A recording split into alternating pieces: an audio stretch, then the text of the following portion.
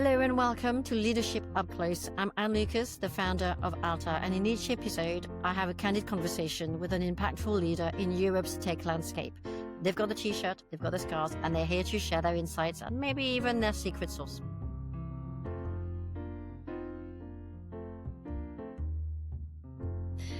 Bonjour à tous et bienvenue dans Leadership Up Close. Et bonjour Ségolène.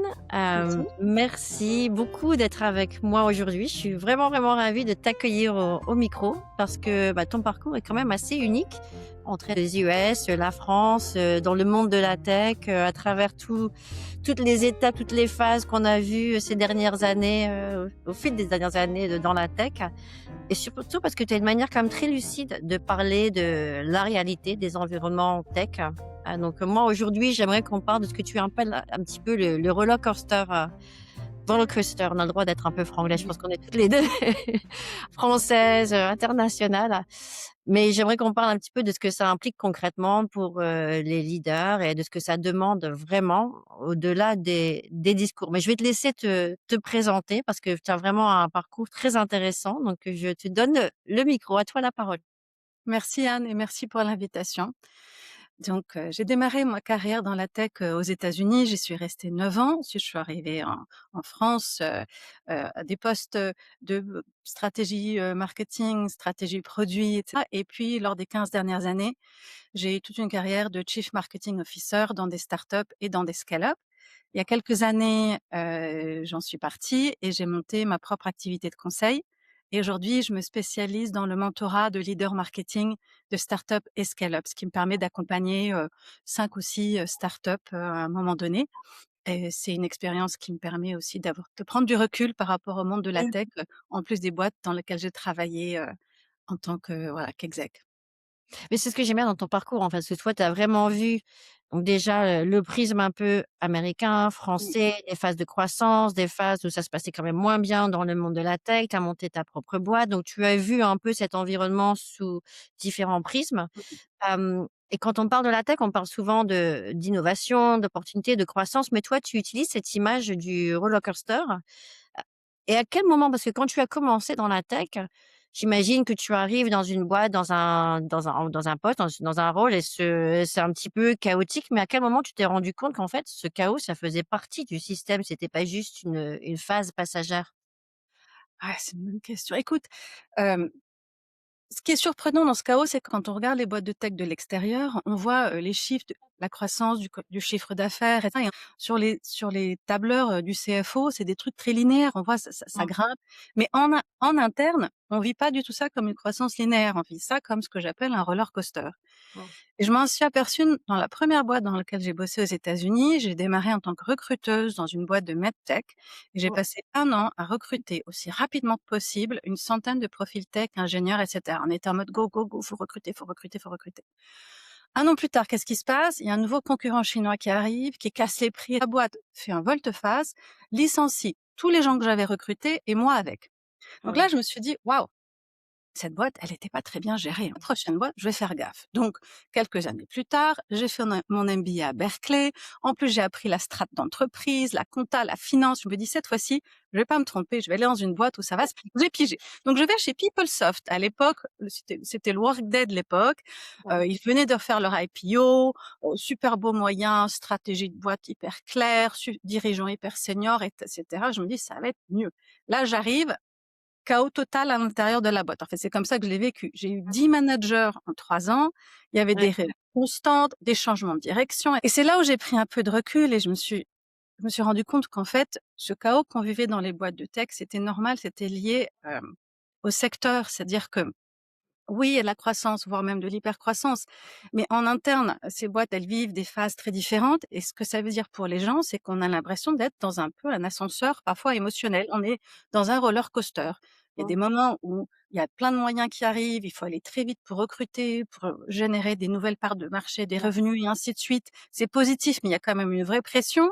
Après, il y a des moments où ça ralentit parce qu'on prépare peut-être une IPO, une levée de fonds, l'arrivée d'un nouveau DG. Mais vous le savez pas forcément. Donc ça ralentit, on n'a pas nos budgets, on peut pas recruter, on se demande ce qui se passe. Après, il y a des moments où ouf, ça redescend. Le marché est devenu super concurrentiel, le produit est pas tout à fait au niveau, les clients râlent, on se demande si on va y arriver. Et puis Mmh. après, il y a des moments où ça pouf, ça change de direction hyper rapidement. On vous a dit, on va développer l'Europe du Sud. Vous passez 6 mois à développer l'Europe du Sud, et puis après, ah non, en fait, c'était pas là qu'il fallait aller, Ouais. aller vers l'Allemagne. Donc en gros, dans ces boîtes-là, de l'extérieur, ça peut donner une image de quelque chose assez linéaire, hyper positif, et à l'intérieur, en fait, c'est souvent ce type de rythme. Et c'est ça qui est pas facile à gérer en Mmh. tant que leader et en tant que personne. Et est-ce que c'est dans ce que tu décris, est-ce que c'est des phases qui sont séquentielles? Donc tu vois, au début d'une start-up, ça peut être la phase justement croissance, après ça se stabilise, on a product market fit, après ça ou est-ce que c'est vraiment en fait tout le temps comme ça pendant Mmh. start-up, scale-up, IPO? Enfin, tu vois, est-ce que c'est vraiment, la cadence en fait, le rythme de la Ouais. boîte? Alors, je pense que plus la boîte grandit, plus fatalement il y a un petit peu plus, d'élasticité, donc c'est moins chaotique quand une boîte grandit, ça c'est certain, et on va parler des logiques de scale et de structuration, bien sûr. Mais, ces logiques assez cycliques, elles existent tout au long de la boîte parce que on fait une acquisition, on Mmh. fait rentrer un nouvel investisseur, on décide d'aller en bourse. Ça, c'est des choses qui peuvent arriver à différents moments de la boîte. Donc, il y a cette logique où parfois, oui, quand on arrive, on se dit: «Bon, c'est la start-up, ça va être un peu chaotique qu'au début». Mmh. Oui, d'accord, ça va structurer, ça sera peut-être moins le chaos créatif une fois que ça devient une scale-up. Mais ces grands moments d'inflexion, ces pivots parfois qu'on doit faire d'un point de vue de la strate produit, ou du développement d'un nouveau marché, ceux-là, ils ont lieu à toutes les étapes de la vie d'une boîte tech. Et qu'est-ce que tu as trouvé le plus difficile? Est-ce que c'est, on scale, non Mmh. en fait il faut stop, on met des freins ou alors si on change de direction, qu'est-ce qui est le plus difficile? Enfin pour toi de ton expérience, je sais pas s'il y a des Mmh. exemples, mais qu'est-ce qui a été le plus difficile à gérer en tant que Alors, phase? en tant que manager, Mmh. hem, je pense que le plus difficile, c'est d'accompagner les équipes dans les phases où ça va pas bien, forcément, Mmh. mais aussi dans les phases de changement de direction. Mmh. Parce que dans ces entreprises, la plupart du temps, on recrute des profils, super smart, mais aussi super engagés, passionnés, et donc quand ils créent un nouveau projet, un nouveau produit, ils ouvrent un pays, et cetera, les gens, ils vont vraiment avec leurs tripes, avec leurs émotions, avec leur cœur, en fait, ils y vont à fond. Donc quand on leur dit tout d'un coup: «Ah non, finalement», pour reprendre mon exemple, Mmh. on arrête avec l'Europe du Sud, on va mettre tous nos efforts sur l'Allemagne parce qu'en fait, on s'est rendu compte que c'est là qu'est le marché. Bah, eux, en disant: «Mais attends, tout ce que j'ai fait pendant 6 mois, 8 mois, 9 mois, on le met à la poubelle». C'est encore pire quand il s'agit de Mmh. produits que les gens ont développés amoureusement, codés, améliorés, rendus super beaux, et cetera. Donc ce qui est difficile, c'est d'accompagner les équipes dans ces moments-là, de prendre en compte un peu Mmh. ces émotions, parce que même si rationnellement ils ont compris que oui, il fallait aller vers l'Allemagne, par exemple. Ce qui est difficile, c'est de se dire: «Oui, mais tant pis, je passe à autre chose, mais j'ai quand même un petit travail, bah, j'ai envie de dire de quasi-deuil à faire du projet qu'on a mené ensemble». Et Mmh. il faut pas que ça se transforme en une attitude un peu négative de, «Oh là là, cette boîte, ils savent pas ce qu'ils font», et ainsi de suite. Donc il y a vraiment un travail d'accompagnement là-dessus, au niveau des équipes, je trouve. Et toi donc comment en tant que tu vois, en tant que leader, donc comment tu gères justement cette forme de d'ambiguïté? Est-ce qu'il y a une sorte de discipline que tu as en tant que leader? J'imagine que au début, peut-être quand tu es nouvelle dans le monde de la tech, tu es jeune, c'est ton premier job, mais au bout d'un moment, tu dois avoir un sixième sens où tu vois peut-être le virage venir en te disant: «Là, on va changer de direction, je sens le vent tourner».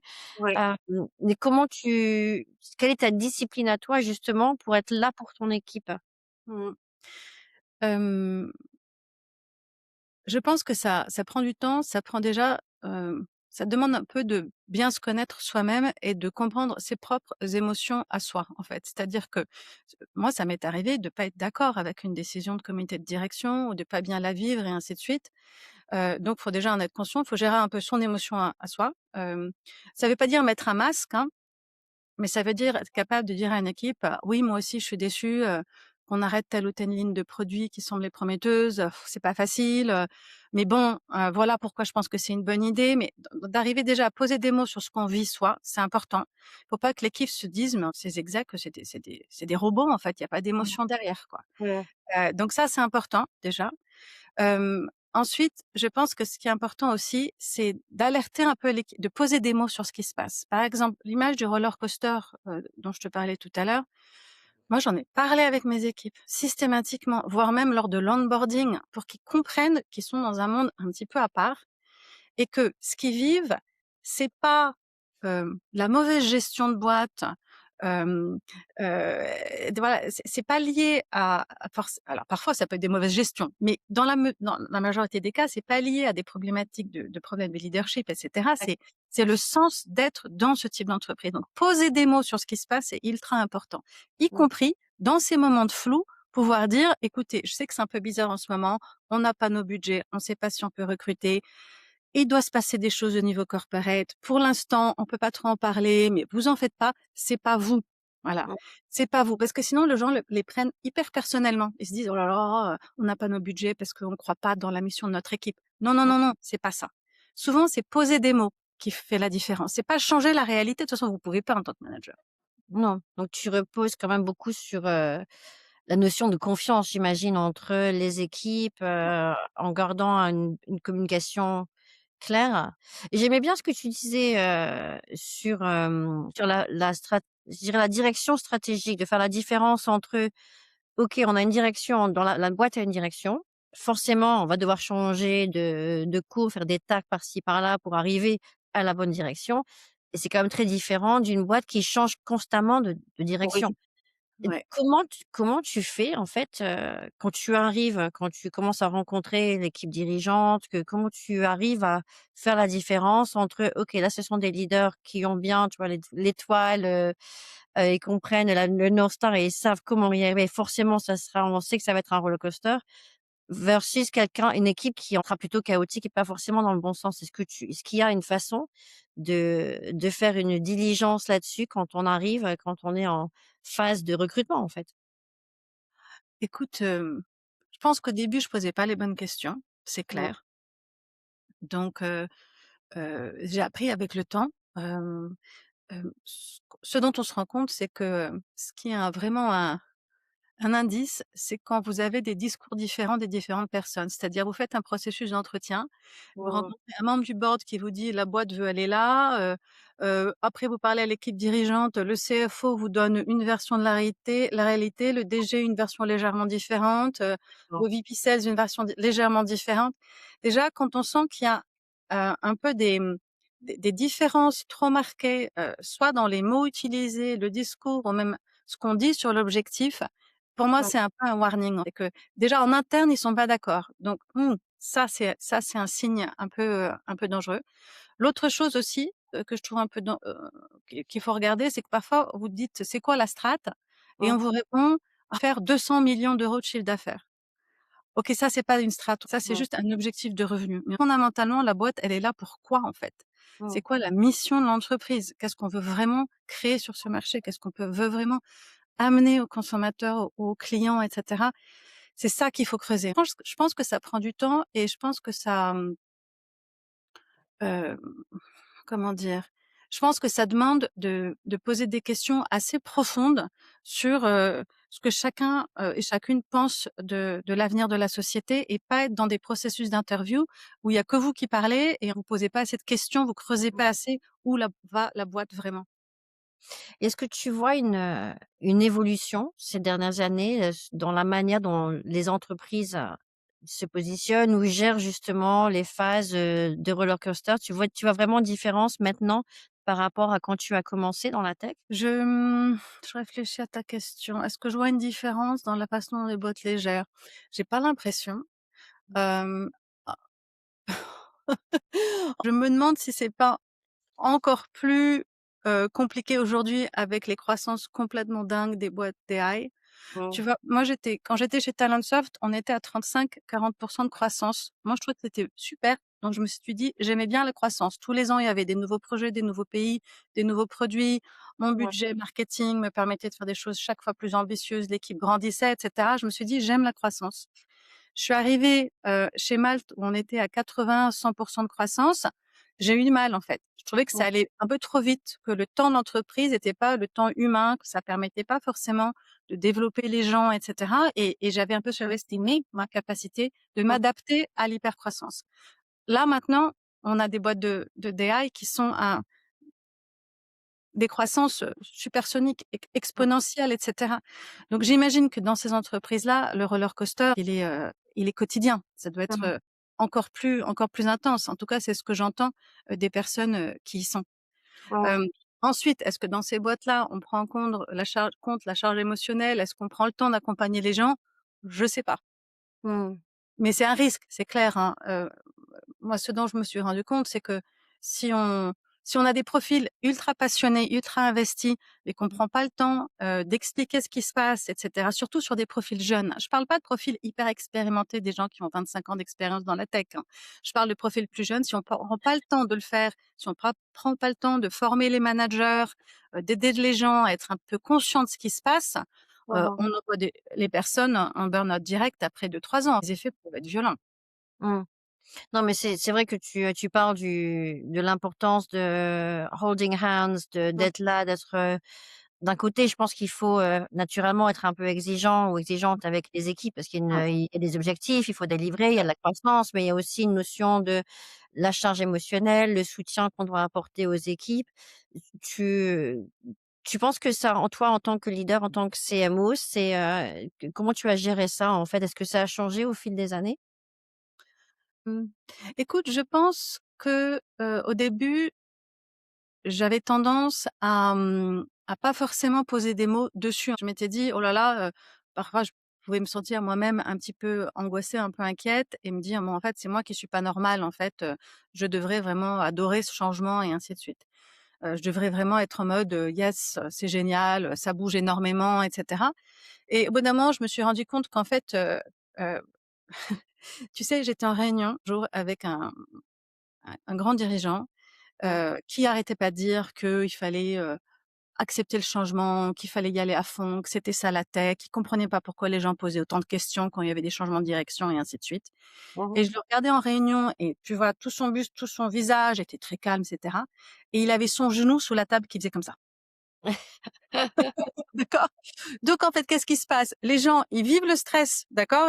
On est des êtres humains, ils vivent le Ouais. stress, mais ils le gèrent pas forcément en fait. Donc voilà. Donc au bout d'un moment, je me suis dit: «Il vaut mieux en parler, il vaut mieux que ce soit, un truc, qu'on prenne en compte et puis après on passe à autre chose». Parce Ouais. que l'enjeu, c'est la performance. Il faut arriver à la performance, il faut arriver à la productivité, il faut arriver à faire avec peu de moyens des choses vraiment, conséquentes. Donc voilà, faut gérer la partie émotionnelle et puis passer à autre chose. Mais voilà, on n'est pas là pour faire la thérapie. Mais le Mmh. mettre sous le tapis, ça fonctionne pas forcément. Tu sais, moi, j'ai travaillé avec des DG au fil de ma carrière qui étaient en fait des gens, profondément angoissés, mais Ouais. qui, refusaient de le voir. Cette angoisse, elle va vers les équipes. Elle se Mmh. trans Donc il y a un Non, travail de fond à faire en tant que dirigeant, je pense, hein. C'est peut-être le travail d'une vie d'ailleurs, hein, de gérer, ses propres émotions, de les transformer en énergie positive pour les autres, d'accepter les émotions des autres sans les voir comme une critique. Enfin, franchement, c'est le boulot d'une vie. Mais déjà, en prendre conscience, c'est une étape essentielle. mmh.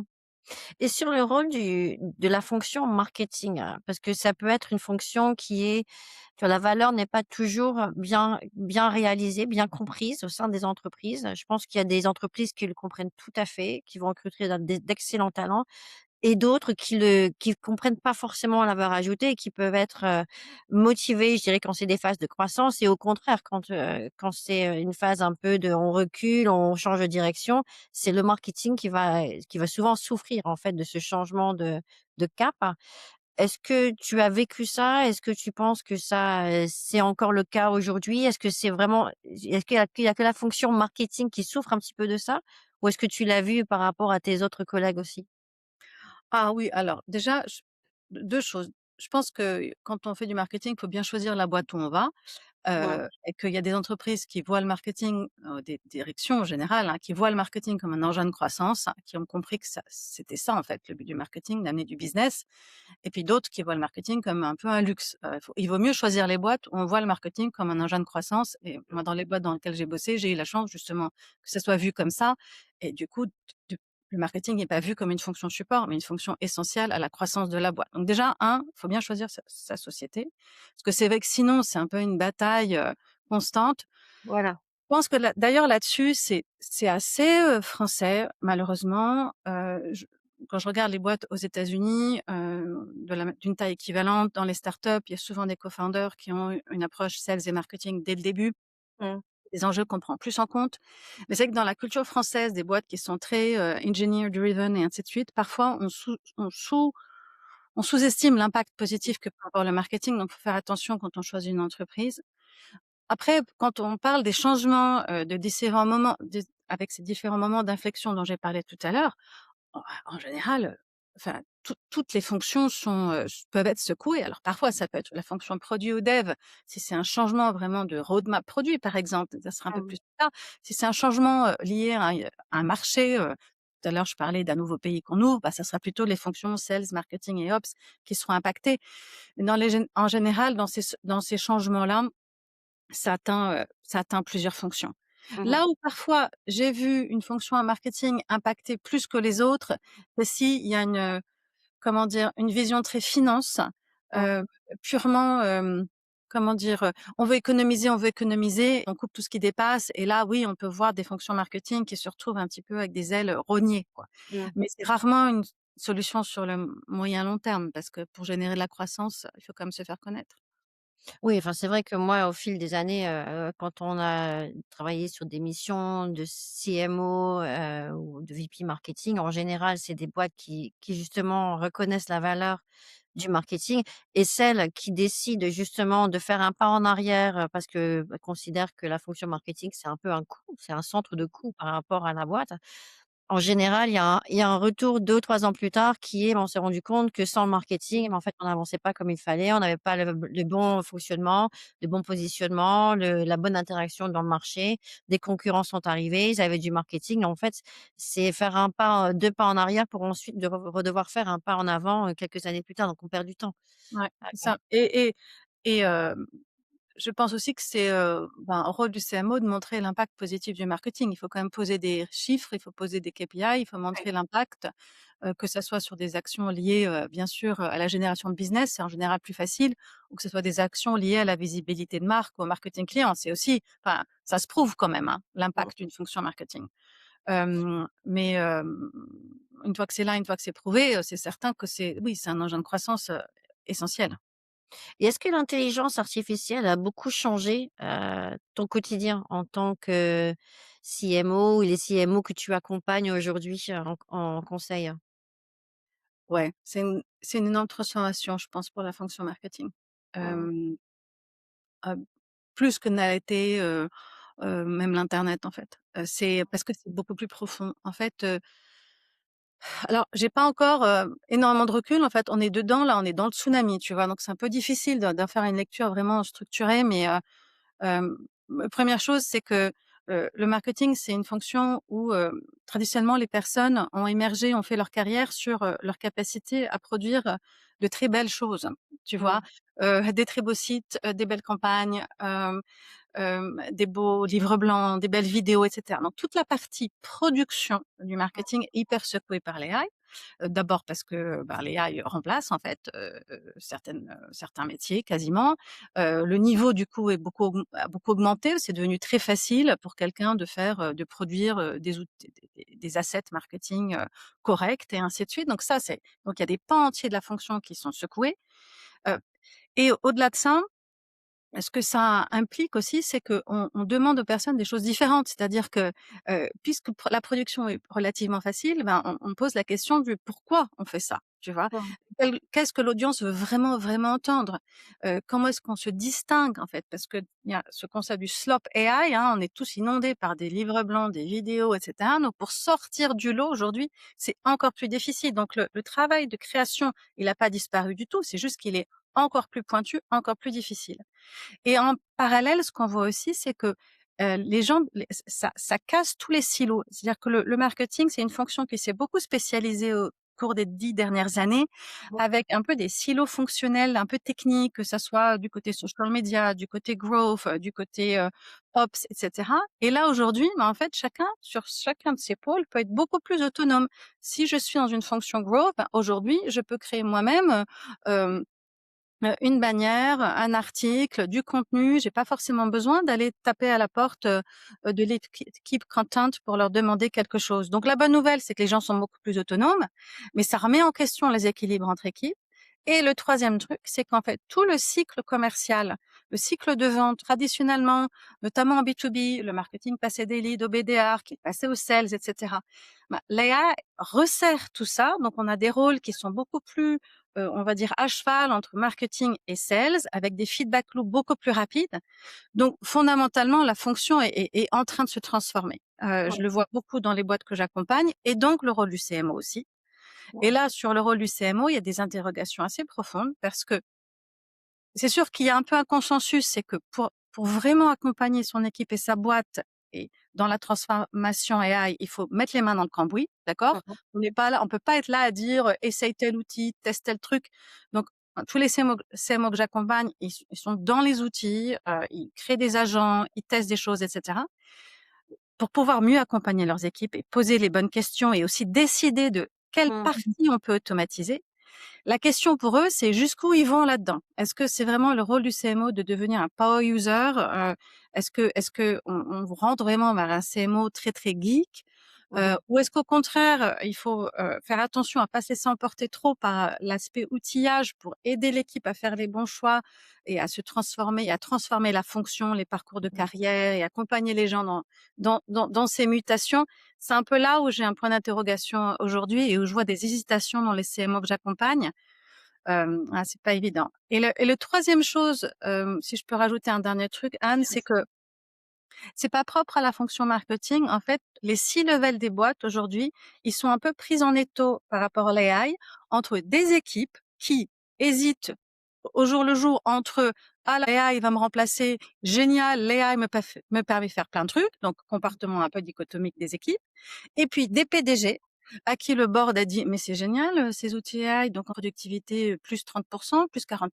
Donc en fait, vos recrutements, vos budgets, tout ça, on va pouvoir élaguer, on va pouvoir, faire de la croissance, encore plus rapide avec en moins de gens et cetera». Et donc quand le PDG vient voir les C-level, il est là en mode, AI, AI et les C-level, ils entendent, moins 30 moins 40 faire plus avec beaucoup moins et ainsi de suite. Donc ils sont les C-level aujourd'hui, je les sens quand même pris en tenaille entre ces deux forces. C'est pas évident aujourd'hui de diriger.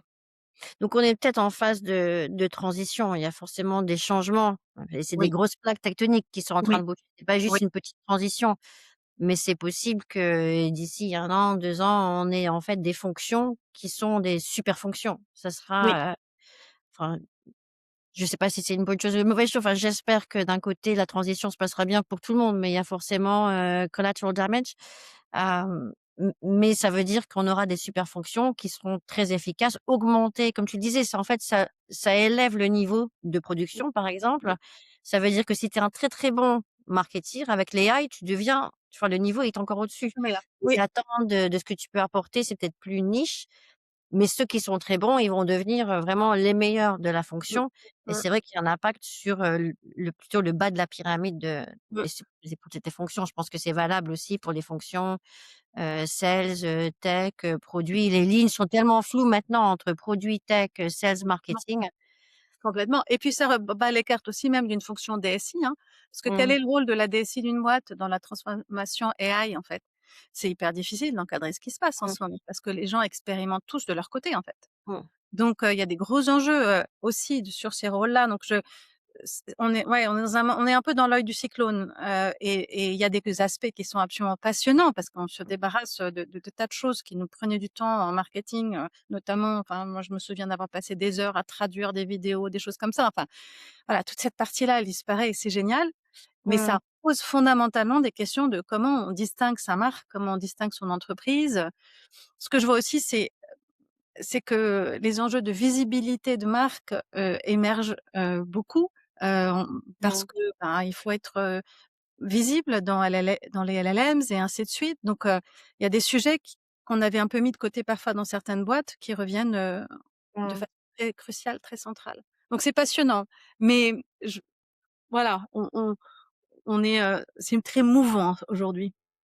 Et c'est bon, c'est difficile de ne pas parler de un peu de diversité parce qu'on a quand même, Mmh.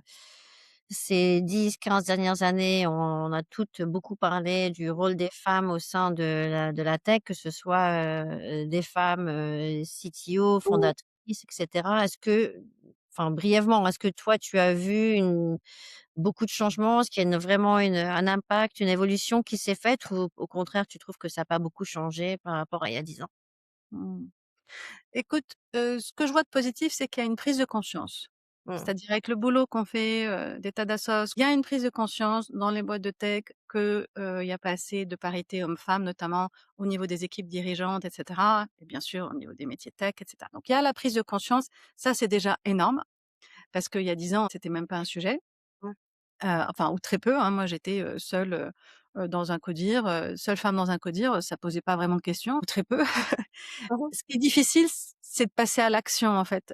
C'est d'arriver à trouver des moyens, pour résoudre les problématiques de fond, et ça passe par plein de choses. Ça passe par, un travail sur les biais au moment des recrutements, ça passe par, des fonctions RH fortes qui vont vraiment aller chercher des candidates, qui vont en interne développer les managers et ainsi de suite.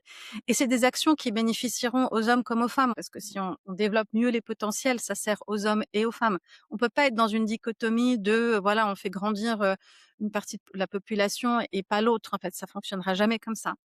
Mais ce que je vois aujourd'hui, ce qui là où on est un petit peu coincé, c'est aller au-delà de la prise de conscience. Voilà. Qu'est-ce qu'on peut vraiment faire? Et je pense qu'au niveau d'une entreprise et même au niveau individuel, on peut faire beaucoup de choses. Moi, je fais du bénévolat dans une association qui aide les jeunes filles à découvrir le monde de la tech. J'encourage, les gens qui m'entourent dans le domaine de la tech, notamment à donner leur temps à des associations et cetera pour faire bouger les choses à niveau individuel. Mais une entreprise peut aussi rejoindre des mouvements comme Jamais sans elle, Femmes et numérique, Sista et cetera et ça, c'est très puissant.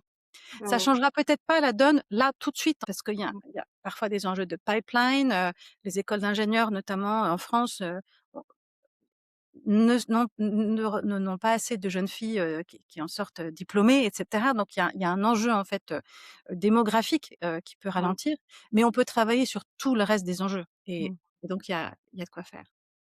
D'accord, donc ça reste un message quand même très positif sur, Ah ouais, ah oui, il faut que ce soit non, non mais tu as franchement raison, franchement, la prise de conscience, elle est là. ouais, Maintenant, il faut plus d'action. d'accord et quel conseil tu donnerais toi justement à Ségolène, qui a 20 ans, tu étais où à 20 ans? Tu étais aux US ou tu étais en France? Non, j'étais encore en France. Tu Ouais. es encore en France. Ouais. Donc quel conseil tu donnerais à Ségolène, début de carrière, qui se dit: «Tiens, qu'est-ce que je vais faire dans la vie? Je vais dans la tech». Non, alors en fait, je moi, je suis vraiment arrivée dans la tech par hasard. En fait, je pense que, je pense que je lui conseillerais de se poser plus de questions sur le monde qui l'entoure, tu vois? Moi, je suis arrivée dans la tech un peu par hasard. J'ai pas forcément tout de suite compris, ce que c'était que cet environnement-là et cetera. J'ai mis du temps à prendre du recul par rapport à ça, à comprendre dans quel marché j'étais, dans quel secteur j'étais et cetera. Et je pense que j'avais juste le nez un peu comme ça sur, ben, il me faut un job, voilà, faut que je gagne un peu d'argent et cetera. J'avais un point de vue un petit peu, un peu ras des pâquerettes. Donc, Mmh. je l'encouragerais à prendre du recul, à poser plus de questions, à aller voir des gens plus seniors, à peut-être, trouver un mentor ou une mentor et ainsi de suite. Parce que je pense que, j'ai mis du temps à réaliser dans quel environnement j'étais vraiment. Quelles ont été les personnes qui ont été pour toi justement des rôles modèles? Écoute, quand j'ai démarré, aux US, après mon MBA, j'ai été recrutée comme je te le disais par Mmh. PeopleSoft et là, dans cette boîte-là, la VP Dev était une femme, Mmh mh. la VP stratégie produit était une femme. Donc moi, j'ai démarré dans la tech avec des rôles modèles, de femmes qui étaient, hyper smart, hyper fortes, dont la avec une énorme crédibilité professionnelle, aussi bien auprès des clients, des partenaires, que les équipes internes et ainsi de suite. Et ça m'a donné vraiment cette idée de tu as du champ des possibles, de en fait, on pouvait vraiment être une femme leader en tech, avoir une personnalité sympa, avoir un sens de l'humour Mmh. et en même temps, pouvoir vraiment avoir un énorme impact sur le succès, d'une boîte tech Mmh. et pas juste dans des fonctions traditionnellement féminines Mmh. et ça m'a vraiment lancée. Parfait, et donc aujourd'hui, comment tu vois, toi qui accompagnes justement, des CMO, des personnes qui sont peut-être en phase de développement professionnel ou en début de carrière ou, quel est le message que tu veux leur faire passer? Plusieurs choses. Je pense que déjà une carrière, c'est pas un truc linéaire. C'est OK, enfin en tout cas moi ce que j'ai vécu, d'avoir vraiment plusieurs phases très distinctes et d'avoir une carrière notamment si on veut avoir une vie de famille. Parce que moi j'ai 3 enfants et je revendique qu'on peut avoir une très belle carrière dans la tech tout en ayant une vie de famille, voilà, riche. C'est important de penser sa carrière en différentes phases et pas juste un truc qui va comme ça. De se dire, tous les 7-8 ans: «Est-ce que c'est ce qu'il faut que je fasse? Est-ce que j'ai le bon équilibre? Est-ce que ce que je suis en train de faire, ça correspond à qui je suis vraiment? Est-ce que je suis alignée avec qui je suis, avec ce dont ma famille a besoin, avec mes ambitions?» et cetera et se poser ces questions-là et pas hésiter à prendre des risques et à faire des bifurcations, c'est Mmh. ce qui permet aussi de rendre les choses, intéressantes. Tu vois, quand je suis partie d'Oracle pour, monter une boîte d'e-commerce, ça paraissait un peu fou, mais en fait, c'est toutes les compétences que j'ai apprises en fondant ma propre entreprise, en apprenant tout le marketing digital et cetera, qui m'ont permis d'être CMO chez Talentsoft. Où on m'a clairement dit pendant le processus de recrutement: «On vous aurait jamais pris si vous étiez juste sortie de chez Oracle, parce que vous auriez pas eu assez cet esprit d'entrepreneuriat».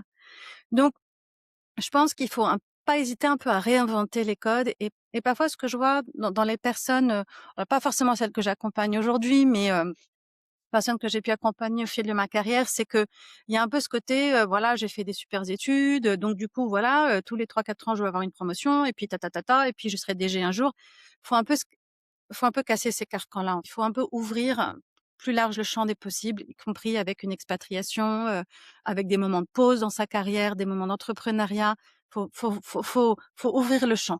Je pense que Mmh. c'est la meilleure manière aussi d'arriver à ce qu'on veut faire, dans d'un point de vue pro que perso. Non, mais c'est un super conseil et je pense que en fait, c'est la façon dont on peut envisager de prendre des risques. Sans quoi, je pense que tu as raison, on est parti dans un chemin C'est c'est un ça. peu une autoroute Mmh, de ma carrière, je construis, mais si mmh, on fait pas de temps en temps une petite pause, une bifurcation pour se dire: «Là, c'est le moment où je pourrais me permettre de prendre un risque, si j'en mmh, ai envie, c'est mmh. quoi le risque à ce moment de ma vie perso et pro?» Mais comme tu le dis, c'est là où en fait, on peut vraiment faire une bifurcation qui crée une carrière exceptionnelle, sans quoi on pourrait être resté sur l'autoroute de la carrière C'est très, ça, très linéaire. c'est ça. En tout cas, merci beaucoup Ségolène, j'apprécie beaucoup le temps que tu m'as dédié et pour cette lecture très, très honnête de ce que c'est vraiment de naviguer les environnements, de la tech, dans des boîtes autant la tienne que celle de PeopleSoft et Malte et au début de carrière chez Oracle. Mais merci beaucoup Ségolène pour ton temps, j'ai beaucoup apprécié la conversation. Merci Anne.